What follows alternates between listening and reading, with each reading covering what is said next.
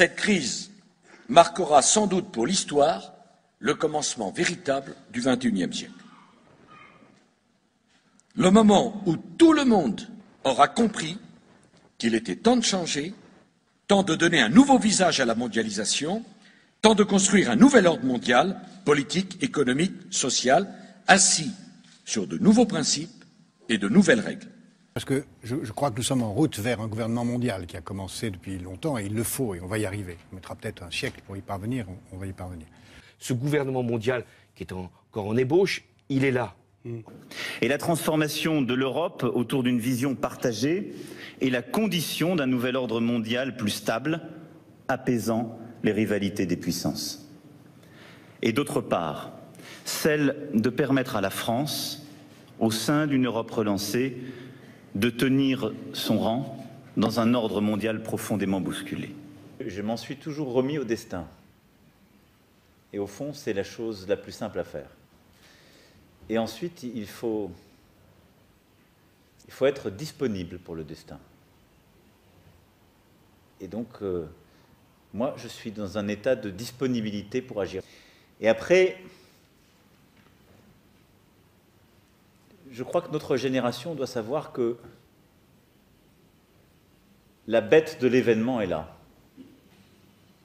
Et elle arrive. Et qu'il s'agisse du terrorisme, de cette grande pandémie ou d'autres chocs, il faut la combattre quand elle arrive, avec ce qu'elle a de profondément inattendu, implacable. Il faut le faire en restant conforme à ses principes et n'en rien céder, mais en étant disponible à l'événement pour qu'advienne quelque chose de nouveau. Et en même temps, je pense que ces moments-là sont ceux qui nous permettent aussi d'inventer peut-être quelque chose de nouveau pour notre humanité, ce qu'on a dessiné au travers de cette discussion, c'est-à-dire un équilibre nouveau dans l'interdépendance des femmes et des hommes pour penser ce qu'est l'être au monde et qui est fait autour de l'éducation, de la santé et de l'environnement.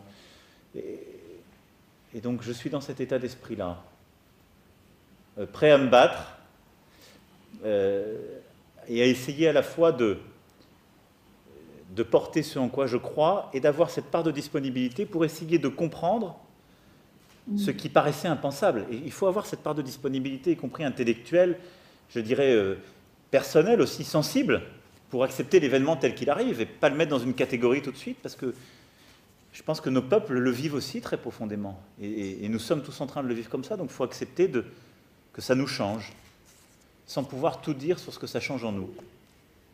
Et donc c'est pour ça qu'il faut avoir il faut essayer d'avoir tout à la fois de l'humilité et de la détermination.